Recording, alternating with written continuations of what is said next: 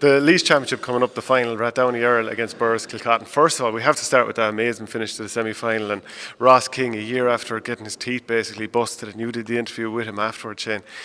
I mean, what a glorious way for him to score the last second goal to send them back through and get the revenge on Camross. Yeah, and let me tell you, it didn't look like it was coming. I think he'd be quick enough to admit by his own standards he wasn't having the greatest game. He actually had an absolute sitter with less than 60 seconds gone in the clock, and when he missed it, you can imagine the response from the Camross crowd, because he's the villain in their eyes, whereas obviously Rathdowney-Errill feel otherwise. But yeah, look, he kept in it and kept in it. Camross were very, very good. Like, it was a game that, based on form, Rathdowney-Errill should have been winning very, very easily. But Camross were just typical Camross. They were brilliant. They kept in it. They made a real dogged game, and they looked like they were going to get home and dry. And what a goal! But poetic justice, maybe, And there's obviously more to Rathdowney-Errill than just him. But so for people who don't know, what else do they bring to the table? Far more. Look, they've a fantastic set of forwards, really. So they've actually spent pretty much most of the year with both Ross King and Paddy Purcell in the full forward line. That'll probably surprise anybody who saw Laois hurling in the championship, because Paddy was doing quite well out around the middle of the field, so he was. And well, you'd wonder how is the ball going to get into them if the two best men are inside. Yeah, and I'd maybe still question, is it the best plan? Like, as the game goes along, Paddy tends to head out the field a little bit more as it goes along, right? But Roddy has tended to spend pretty much the whole thing in around the full forward line, all right. So he has, obviously, there's always a chance that he will get you that goal.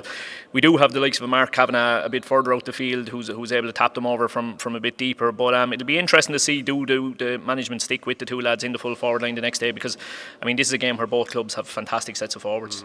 And from what you've seen of Borris-Kilcotton, what sort of form are they in? They're like they were only champions there, was it 3 years ago? Yeah, I think I've seen all bar one of their games this year, and they've been absolutely excellent. They really, really have. They're on a very, very young side, quite different. Well, Rathdowney-Errill would have a few young fellas, but Rathdowney-Errill would have a lot of senior fellas. Really, Borris-Kilcotton regularly starting would only have Matthew Whalen as a senior hurler at this stage. The rest of the team is very, very young. And look, it's not all about PJ Scully, but Rathdowney's ability or inability to handle PJ Scully could be the defining factor in it. The man is racking up. I think he's hit over 15 points in every game so far this year. When you add goals and points together, 18 points in the semi-final, absolutely incredible. And there would be a little bit of a question mark there with the Rathdowney-Errill backs as to which of the full back line is capable of picking PJ up and stopping PJ if it is the full forward. He probably will be in around the full forward line, so that's definitely the big question mark for Rathdowney-Errill, yeah. Are there any sort of matchups that you think stick out to you for this game, or even what sort of game do you think it's going to be? Yeah, it's hard to see it has been anything other than very, very open. Both teams would probably be stronger in attack than they would be in defence, really. I suppose, again, going back to Ross King, it's probably a fella who probably wouldn't be known outside the county at all. Borris-Kilcotton have a cornerback, fullback, he'll go wherever he's needed, called Stephen Finan, who's just one of these, I don't care if I don't puck the ball all day long, so long as you don't puck the ball all day long. He took Willie Hyland in the semi-final, unsurprisingly. I think it's a nailed-on sort that he'll take Ross King in the final. That'll be a very, very interesting battle. And then whoever goes up against PJ at the opposite end, I think how those two battles go could probably swing the game one way or another. If you were to call it, what way would you be looking? I think the bookies will chalk both teams up at 10-11. I really do. I think it's that tight. I can't see anything else. Yeah, look, with the rosy tinted glasses on and the partisan voice, I have to lean for Rathdowney-Errill, I suppose, yeah. If we were to ask you then sort of broader strokes about Laois, obviously excellent year, winning the Joe McDonagh, beating Dublin in the preliminary All-Ireland quarter-final. Do you think that what the progress that's been made this year, can that be backed up next year when you're in Leinster? Yeah, I think they'll continue to make progress. It's how you define progress, because it's very hard to see anything other than potentially coming straight back down, as we saw with Carlow this year, really. Can you come straight back down and still have had a year of progress? You probably can, to be honest with you. Staying up would be an absolutely unbelievable achievement. Well, in some ways, Carlow made certain progress even through relegation, because a couple of their games they were quite competitive. Absolutely. And look, the results, whatever about winning Joe Mac and then pulling off the Dublin one, I think it's actually the performance against Tip that will have given them most confidence this year to have been in it for so long and really, really give a decent showing on themselves with 14 men for quite a while as well.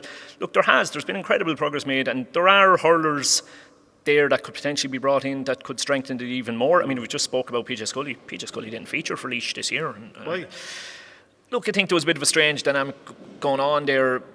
Watching PJ, his style of play is maybe a bit individualistic. Eddie was all about the team, and I don't know if Eddie felt that PJ could fit the system. I suppose essentially is what I'm saying. But I mean, I'd imagine he's maybe having a look again and saying, well, listen, PJ, can we have another chat and maybe try and see if we can get something going that suits both you and me, because he's been outstanding this year. And there's a few more, you'd hope maybe the wounds with Camross have healed another bit. You might see a couple more of them involved this year. But look, it's a fantastic time to be part of Laois hurling. You only go back 12 months, Shane, and it was dire. Like, it was absolutely dire. They were so close to going down to the Christie Ring. They really, really were. So to have such an amazing turnaround has been brilliant. And then Derek McGrath joining the minors as well. It seems to be all gravy for Laois. Yeah, that one really did come out of nowhere. Believe it or not, I've got a brother in that age group, so I have. So he would have been with them the whole way up along. So he'd be hoping to make the minor panel. And what's your brother's name? James is as I say, this would be his final year minor. He'd be hoping to be in around it. But I mean, what an experience, just thinking from his point of view and from all the rest, what an experience that would be to have kind of exposure to Derek for 12 months, both in terms of hurling and in terms of your life skills. You'd listen to Derek all day long when he starts talking. It could be a huge boost for them. Great stuff. Thanks very much, Shane.